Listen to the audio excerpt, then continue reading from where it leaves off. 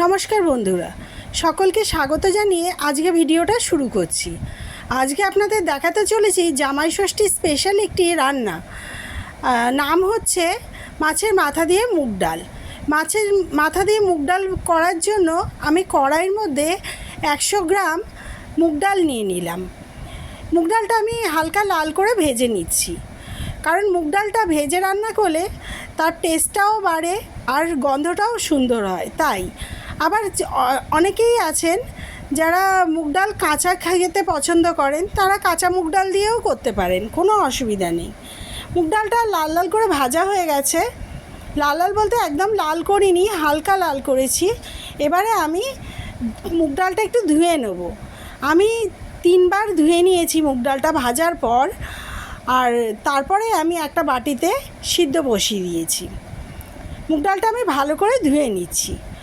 মুগ ডালটা আমার 3 বার ধোয়া হয়ে গেছে। এবারে বাটির মধ্যে আমি ঢেলে নিচ্ছি ডালটাকে, যাতে আমি ডালটাকে আলাদাভাবে সিদ্ধ করতে পারি।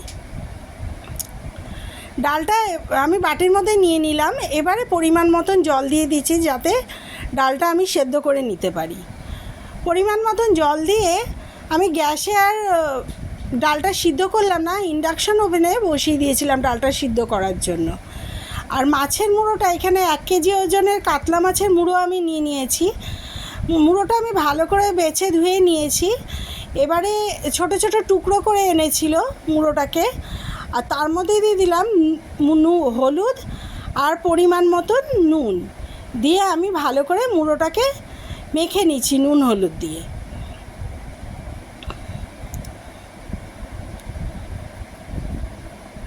মুড়োটা আমি ভালো করে মেখে নিচ্ছি নুন হলুদ দিয়ে। আর মাছের মাথা দিয়ে মুগ ডাল অত্যন্ত টেস্টি একটা রান্না, আমাদের বাড়িতে সবাই খেতে ভালোবাসে।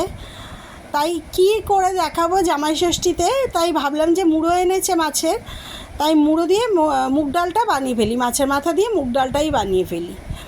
তাই বানালাম মুগ ডাল মাছের মাথা দিয়ে। আমার ভালো করে নুন হলুদ দিয়ে মাখানোটা হয়ে গেছে। ভালো করে মাখিয়ে কিছুক্ষণ রেখে দিয়েছিলাম। এবার কড়াইয়ের মধ্যে সর্ষের তেল দিয়ে দিয়েছি। আমি সম্পূর্ণ রান্নাটাই সর্ষের তেলেই করব।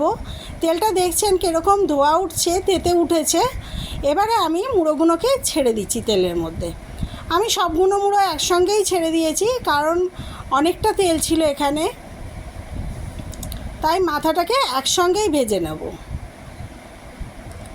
মাছের মাথাটা পুরোটাই দিয়ে দিলাম। আর মাছের মাথাটা বেশি কড়া করে ভাজবো না, হালকা করে ভাজবো। উল্টিয়ে এক পিঠ হয়ে গেছে, তাই উল্টিয়ে দিলাম মুড়োগুলোকে। মাথা কিন্তু ভাজার সময় একটু সাবধান থাকবেন, কারণ মাছের মাথা কিন্তু ফাটে।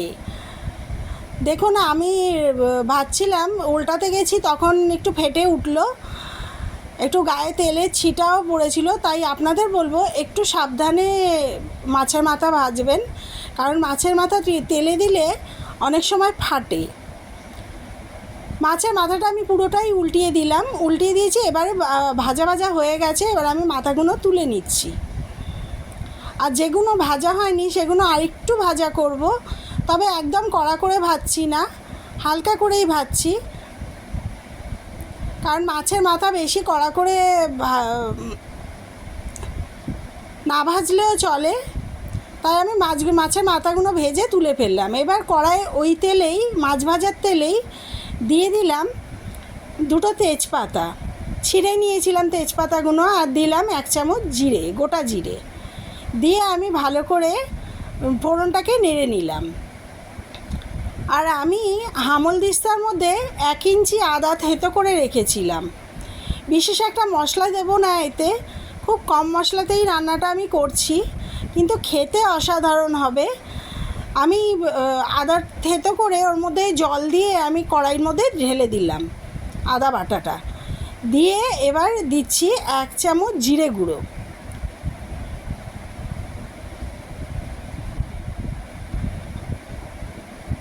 দেখুন জলটা কিরম ফুটে উঠেছে, আদা থেঁতো করে দেওয়া জলটা।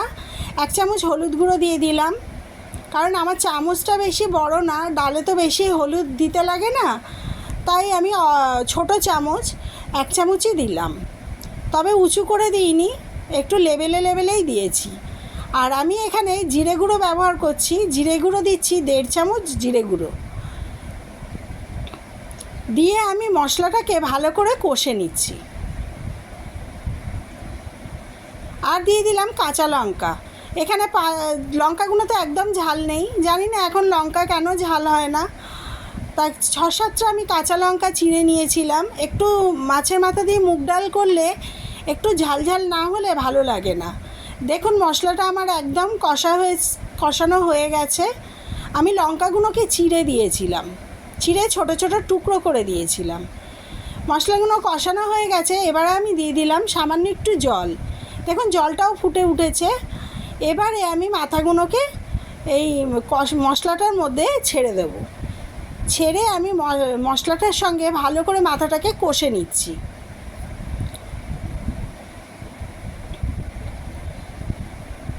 আমার রান্নাগুলো আপনাদের ভালো লেগে থাকলে আপনারা লাইক শেয়ার করবেন এবং আমার চ্যানেলটাকে অবশ্যই সাবস্ক্রাইব করবেন।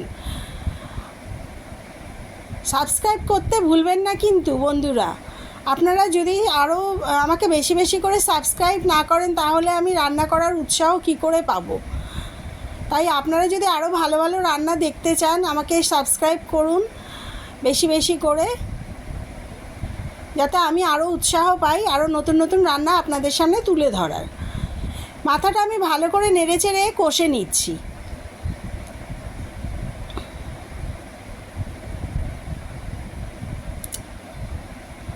মশলাটা আমার কষানো হয়ে গেছে। এবারে আমি এর মধ্যে ডালটা ঢেলে দেবো।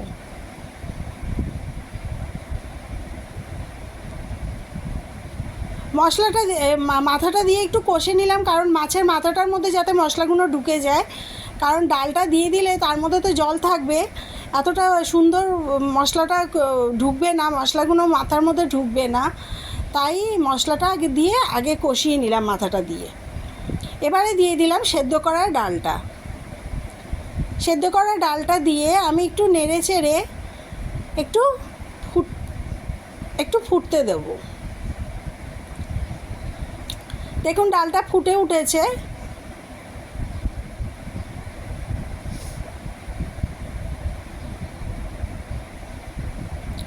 আমি ডালটা ফুটে উঠেছে মাথাগুলোকে ভেঙে দিলাম। রান্নাটা করতে করতে মনে পড়লো আমি কিন্তু ফোড়নে শুকনো লঙ্কা দিতে একদম ভুলে গেছি। তাই একটা ছোট্ট প্যানের মধ্যে 4টে শুকনো লঙ্কা, একটু সর্ষের তেল গরম করে তাতে 4টে শুকনো লঙ্কা দিয়ে আমি সেই ডালটার মধ্যে একটু ফোড়ন দিয়ে দিলাম। এতে আরও ডালটার স্বাদটা আরও বাড়লো। আমি যদি ফোড়নের সময় দিয়ে দিতাম শুকনো লঙ্কাটা তাহলে আর এই ফোড়নটা দিতাম না। ফোড়নটা দেওয়া হয়ে গেল, এবার আমি ভালো করে নেড়ে নিচ্ছি।